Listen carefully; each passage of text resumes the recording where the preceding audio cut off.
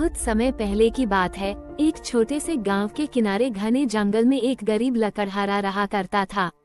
उसका नाम रामू था। रामू गरीब जरूर था, लेकिन वो बहुत ईमानदार और मेहनती व्यक्ति था। उसकी रोजी रोटी जंगल से लकड़ियां काटकर और उन्हें गांव में बेचकर चलती थी। उसकी जिंदगी सरल और कठिनाइयों से भरी हुई थी, लेकिन उसने कभी हार नहीं मानी। रामू के पास एक पुराना कुल्हाड़ा था, जो उसका सबसे बड़ा साथी था। इसी कुल्हाड़े की मदद से वह रोज जंगल जाता और लकड़ियां काट कर लाता। फिर गांव में जाकर उन्हें बेचता और जो भी थोड़ा बहुत पैसा मिलता, उससे अपने परिवार की जरूरतें पूरी करता। उसका परिवार छोटा था, उसकी पत्नी और 2 छोटे बच्चे। उनकी जिंदगी बहुत सादगी भरी थी, लेकिन खुशहाल थी। एक दिन की बात है, जब रामू रोज की तरह जंगल में लकड़ियां काटने गया। वो एक नदी के किनारे पेड़ काट रहा था। सुबह से काम करते करते वह काफी थक चुका था, लेकिन उसे और लकड़ियां काटनी थी, ताकि वो उन्हें बाजार में बेचकर कुछ पैसे कमा सके। जैसे ही वह एक बड़े पेड़ की टहनी काटने लगा, अचानक उसका कुल्हाड़ा उसके हाथ से फिसलकर नदी में जा गिरा। नदी गहरी थी और पानी बहुत तेज बह रहा था। रामू घबरा गया। कुल्हाड़ा उसके लिए बहुत महत्वपूर्ण था, क्योंकि उसी के सहारे वह अपनी जीविका चलाता था। रामू नदी के किनारे बैठकर रोने लगा। वह सोचने लगा कि अब वह क्या करेगा। नया कुल्हाड़ा खरीदने के लिए उसके पास पैसे भी नहीं थे। वह इसी चिंता में डूबा था कि तभी नदी से एक सुनहरी रोशनी निकली। रामू ने देखा कि उसके सामने एक जल देवी प्रकट हो गई। देवी ने रामू से पूछा, हे रामू, तुम क्यों रो रहे हो? रामू ने देवी को सारी बात बताई। देवी ने उसकी ईमानदारी और सरलता को देखकर मुस्कुराते हुए कहा, चिंता मत करो, मैं तुम्हारी मदद करूंगी। ये कहकर देवी नदी में समा गई और कुछ ही क्षण बाद वह अपने हाथ में एक सुनहरे कुल्हाड़े के साथ बाहर आई। देवी ने रामू से पूछा, क्या ये तुम्हारा कुल्हाड़ा है? रामू ने सुनहरे कुल्हाड़े को ध्यान से देखा और तुरंत जवाब दिया, नहीं देवी, ये कुल्हाड़ा मेरा नहीं है।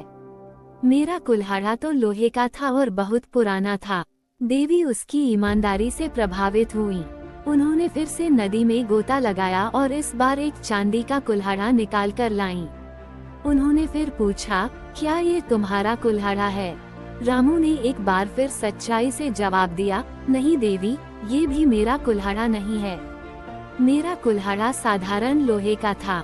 देवी उसकी सच्चाई देखकर और अधिक प्रसन्न हुई। तीसरी बार देवी ने फिर से नदी में गोता लगाया और इस बार वे रामू का पुराना लोहे का कुल्हाड़ा लेकर आई। उन्होंने मुस्कुराते हुए पूछा, क्या ये तुम्हारा कुल्हाड़ा है?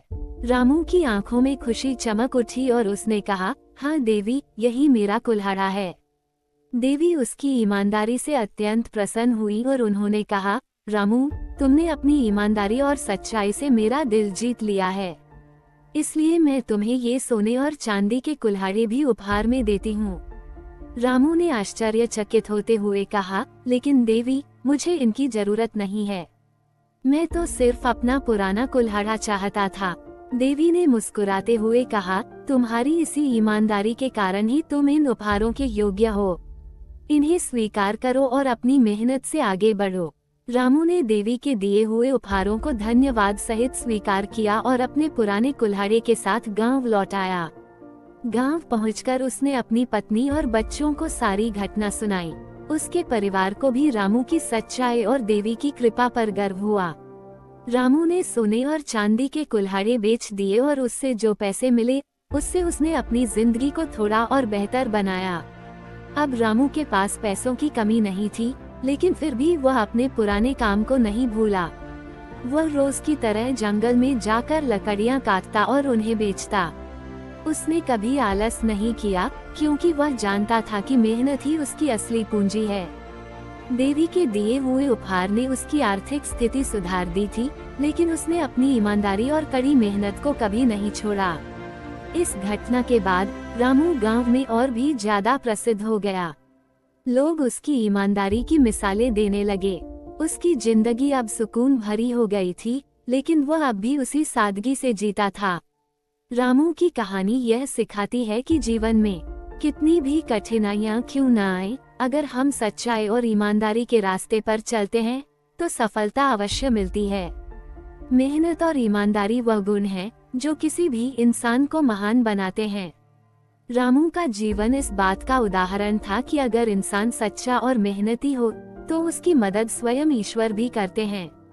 गरीब लकड़हारे रामू की कहानी सिर्फ एक साधारण घटना नहीं थी, बल्कि यह एक महत्वपूर्ण शिक्षा थी जो हमें बताती है कि दौलत से ज्यादा महत्वपूर्ण हमारा चरित्र और कर्म होता है। और यही सच्ची संपत्ति है जिसे हम कभी खोने नहीं देते।